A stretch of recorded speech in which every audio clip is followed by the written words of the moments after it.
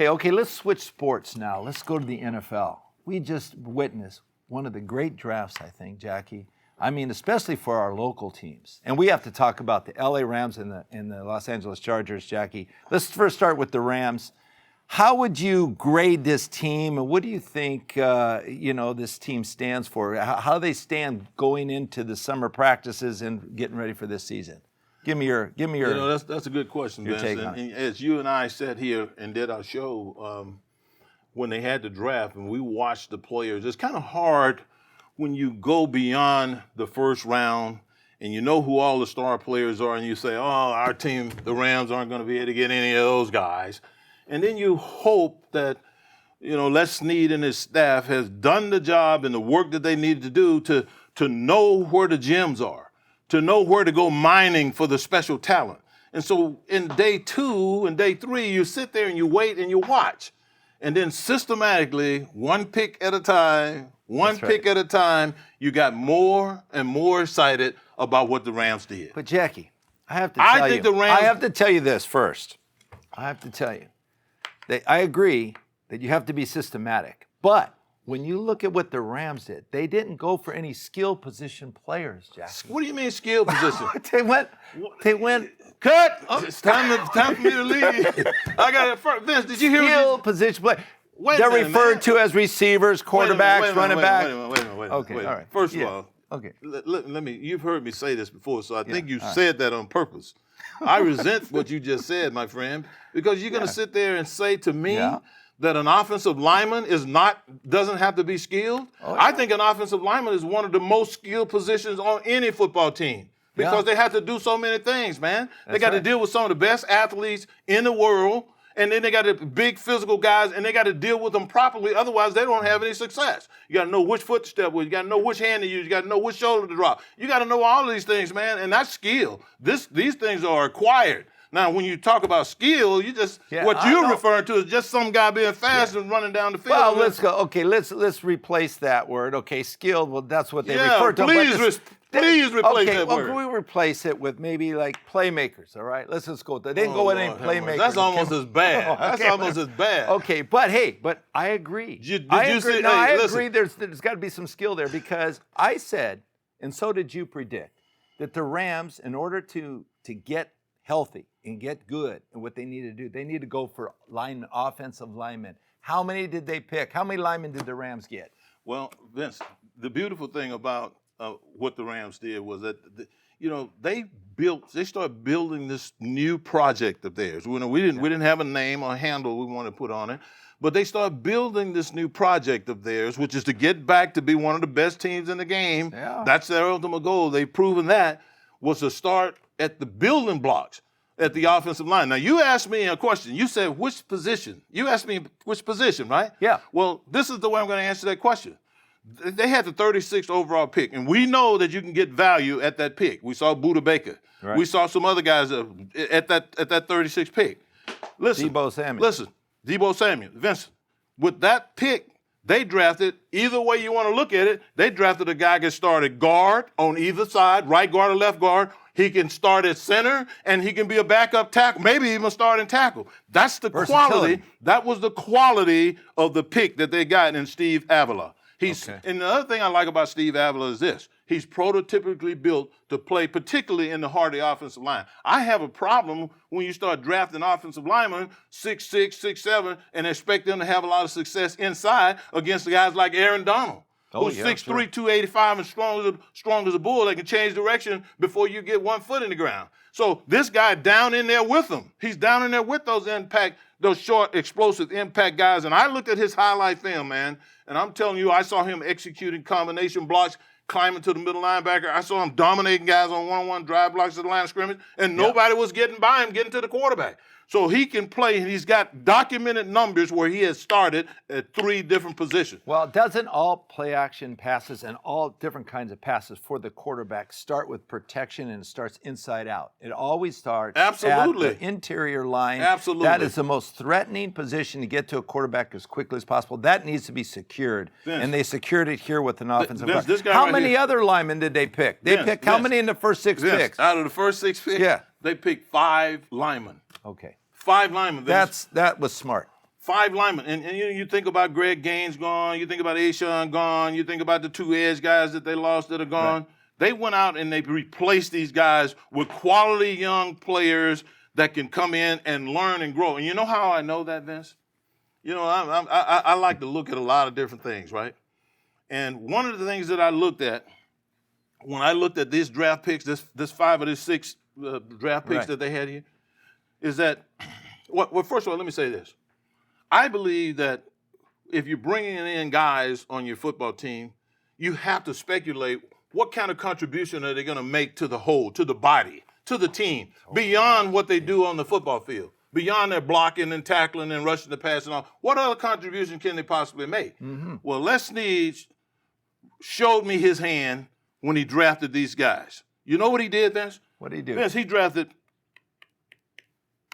9 guys that were captains on their football teams last year. Let me add something to that. Do you understand the magnitude of what I just said? I understand 9 guys that were captains on their football teams? Those are leaders, Jackie. But, Jackie, the first 8 picks are all captains.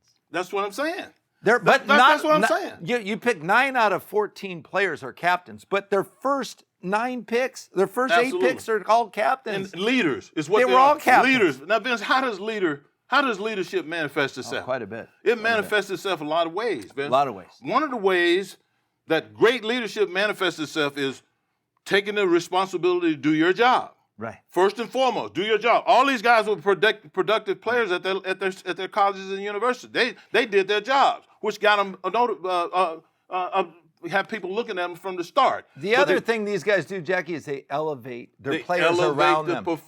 Their service. That's correct. They're servers. So they're not only going to get better, they're going to elevate the players. Now, these guys were all 5th, 4th, 3rd, 4th, 5th.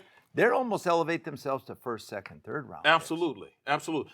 In fact, based on my experiences, some of the 1st and 2nd round picks that I've seen the Rams have and other teams have over the years, I'd rather have a guy who drafted in the 3rd or 4th round who understands how to lead a football team. Right. I'd rather have that because you know what I know he's going to do, Vince? He's going to help other people understand their jobs better. He's going to figure out what he needs to do first, and then he's going to help the guy next to him, and then he's going to figure out how to help the guy next to him. And the next thing you know, you got a cohesive group of guys understanding what the central focus should be, and it's all about winning and all about executing the coach's game plan. Now, when you get 11 guys on the same page there, you've got something special. And the chances of them getting 11 guys, even though they might be young, on the same page, in my opinion, it's gone up exponentially because of the quality of the young men that they have, not to even mention their physical attributes. How would you grade this draft for the Rams, Jackie,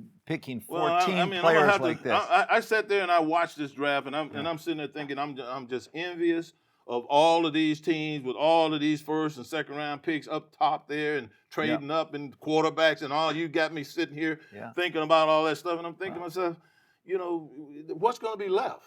And then it dawned on me, well, maybe a guy like me in the 3rd round. Maybe a guy like Vince. I was a 4th round. And then when I started looking at these guys, man, and I look at Brian Young from Tennessee, and I look at Kobe Turner. You know, these guys are prototypically built. And an interesting thing about Kobe Turner, for example, is that these guys are right in there around Aaron. So they've had some success with the prototype of Aaron Donald. Yeah. So if you get people comparable to his body build that plays the style that he plays, now you're unleashing multiple dynamic athletes on the quarterback, on other people's offenses. So when I looked at everything that they did, factoring in the fact that they built in their line, offensive and defensively, and then they added a bunch of leaders, young leaders that are going to grow a whole lot faster than a guy that's not a leader. They added all that together. They met the need of getting another quarterback, and it's not like he's 6'9" and can throw the ball 100 yards, but he's right in there with Matthew Stafford size-wise, and then he's won 2 national championships. I think the Rams, if you were to go and look from top to bottom of their draft, the Rams had as good a draft as anybody. What grade?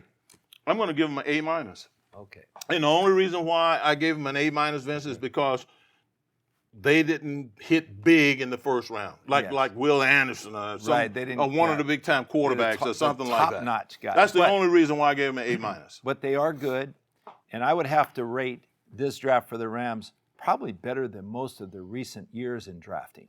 And I'd have to rate them as a B+. And let me give you my synopsis real quick, Jackie. They got Stetson Bennett in the 4th round. I was drafted in the 4th round. He's won 2 national championships. He beat Ohio State 42-41 to go play TCU, and they pretty much wiped out that game, that last game. There was a lot of TCU players and Clemson players, not Clemson, but Georgia players that made it in the NFL this year. Alabama always produces a lot of guys, but you know that was a security blanket for the Rams, and I really like that choice because here was a guy that was a walk-on, and he proved himself. Jack, he's got something to prove, so he's got a chip on his shoulder. This kid will improve. He's intelligent. He's a good team player, all right? And he can throw, too. So, and all of that is going to be compounded by the fact that he's going to be coached by one of the dynamic young minds in pro football. And let me tell you what else they did, Jackie.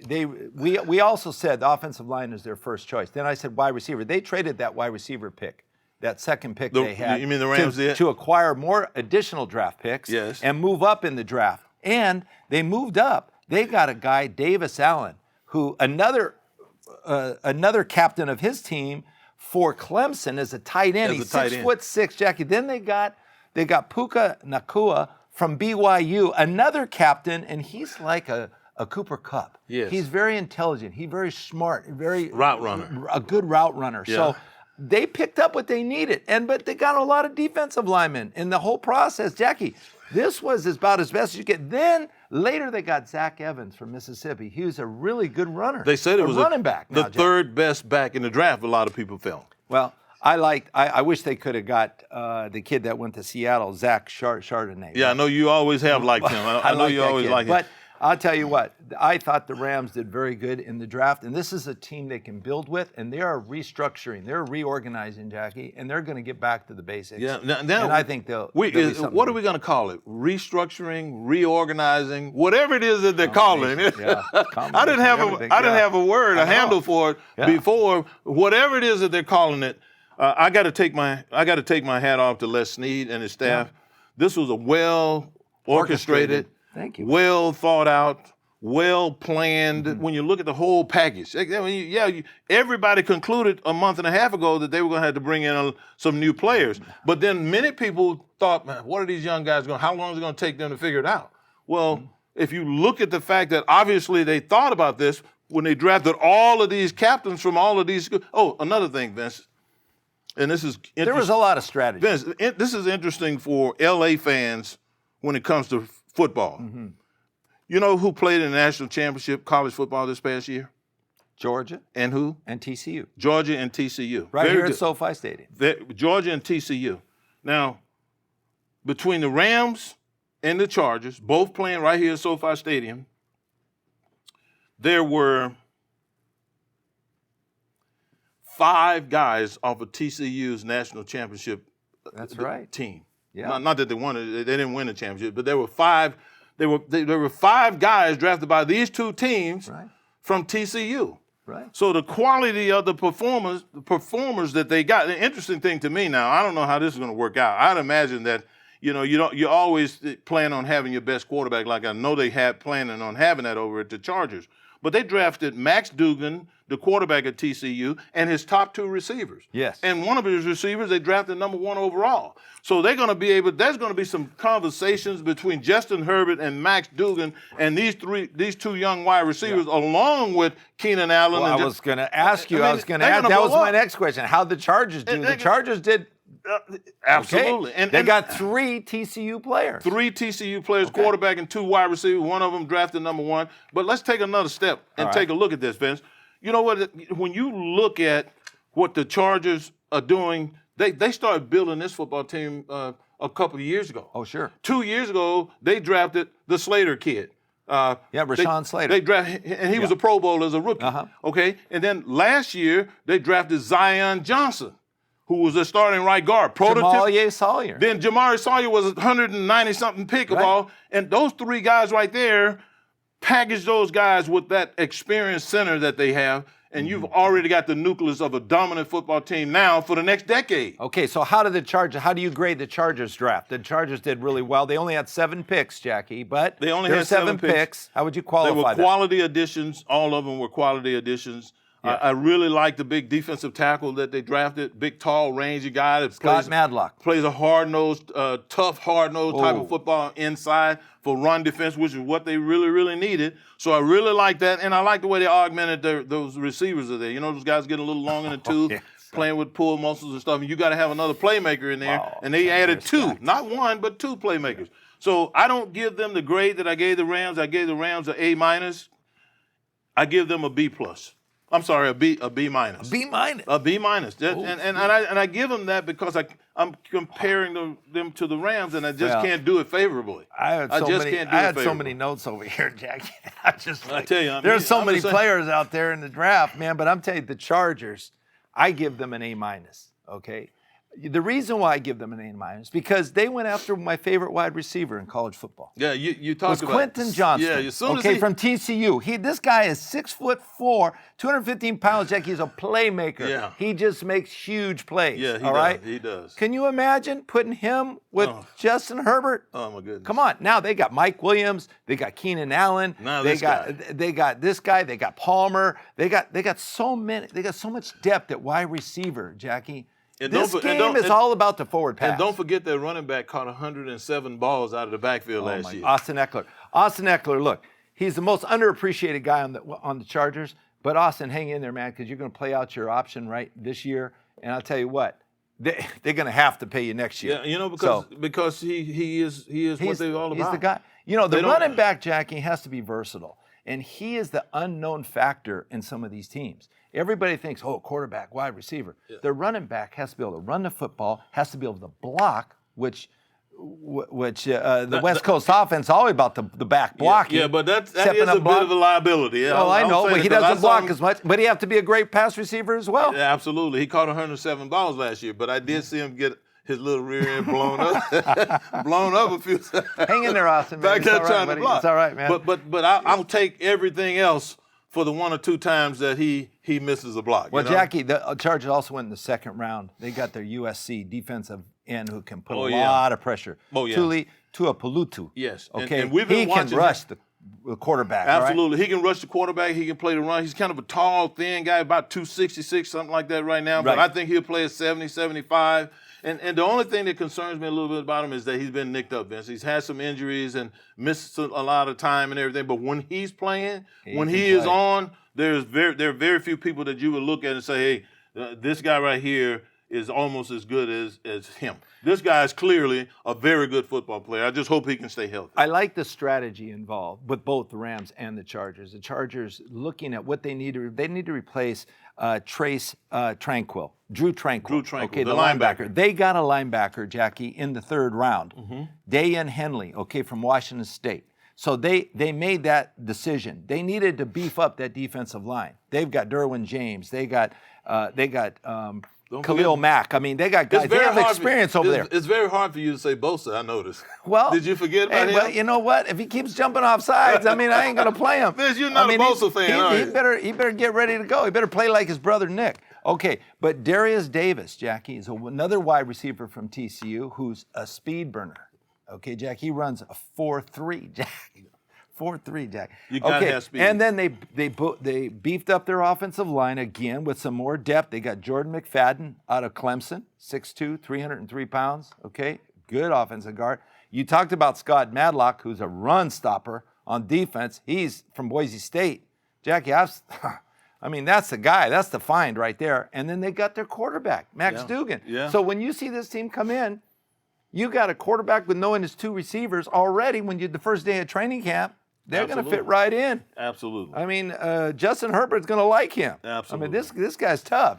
I like Max Duggan. You know, I'm going to jump back to the Rams for a minute.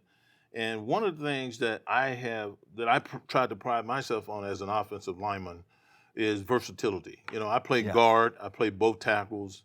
And, you know, I wanted to be, when I was young, I wanted to be a guy that, kind of like Jamari Sawyer with Telesco them over there now. They got this guy, and they you know, he's a plug-and-play guy. He's a guard or a tackle. Well, you know, when you look at the Rams, their offensive linemen that they drafted, First of all, he came from the University of Georgia, so he was associated with an organization that won back-to-back national championships. Right. And you know what? When I was looking at his highlight, his name is Warren McClendon Jr. When I was looking at his highlight, I saw him playing right tackle, and I saw him playing left tackle. And one of the things I saw him do at left tackle that is very difficult to do, particularly if you're a right-handed oriented guy, is come out of a left-hand stance, open up, and get depth and insert on the opposite side of the line of scrimmage. I saw him run. we saw him pull. It was like, it was like 46, 47 gap. Really we used to run with Eric Dixon all the time. That I saw him run that play. I like that. And he got over, avoided the traffic, inserted into the line of scrimmage, and found that secondary defender just like it was supposed to happen. And I saw him do it on the right hand. That what the Rams did when they drafted this offensive tackle here. They're looking at him. They were looking at versatility. I'm inclined to believe now. when I think about their new offensive line coach. Right. When I think about their new offensive line coach, they're going to put those type of plays in there, and Jackie, they need those kind of plays. See, his name is Ryan Wendell. Right. And Ryan Wendell played about 10 years in the NFL. He played both guards for the Patriots, and he played center. Ryan Wendell probably, when you think about all the offensive line coaches, current offensive line coaches in the National Football League, there are going to be few, if any, that actually played as recent as Ryan Wendell in a system that featured so much variety in the way they attacked opponents in the run game. You said it all. Vince, right what there. have I been calling for the last 3 years from the Rams? Variety in offense. Variety in the way they attack. insert the football in the run game. That's correct. This guy right here understands it, and apparently when you look at the picks that they made, they got guys We'll get back to it. They got guys that can run block from a lot of different positions. You have to. And nowadays, I'll be the first to concede this. Run blocking now is not the priority is not being placed on it that it used to be, because the priority has been placed on the receivers and the quarterback and getting the ball pushed down the field and all that. But the good teams that are winning with consistency, they are loading up their offensive line. Look at the Jets. Look at the Philadelphia Eagles. Well, look what the people. All I can tell you is history repeats itself. You have a guy like Bill Walsh, who instituted the West Coast offense. He had limited offensive linemen, okay, but they did a variety of things.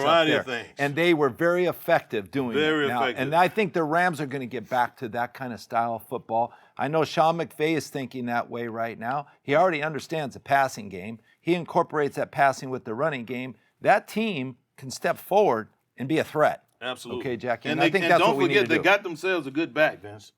Yeah, they did. They got him from Mississippi. The kid from Mississippi Zach was Evans. one of the top 4 or 5 backs in this. He'll help Cam Akers. He'll relieve Cam. You need to have a tandem runner at attack, Jackie. Absolutely. You can't have a couple guys. You just can't do it one guy. Unless, of course, it's Eric Dickerson or Jerome Bettis.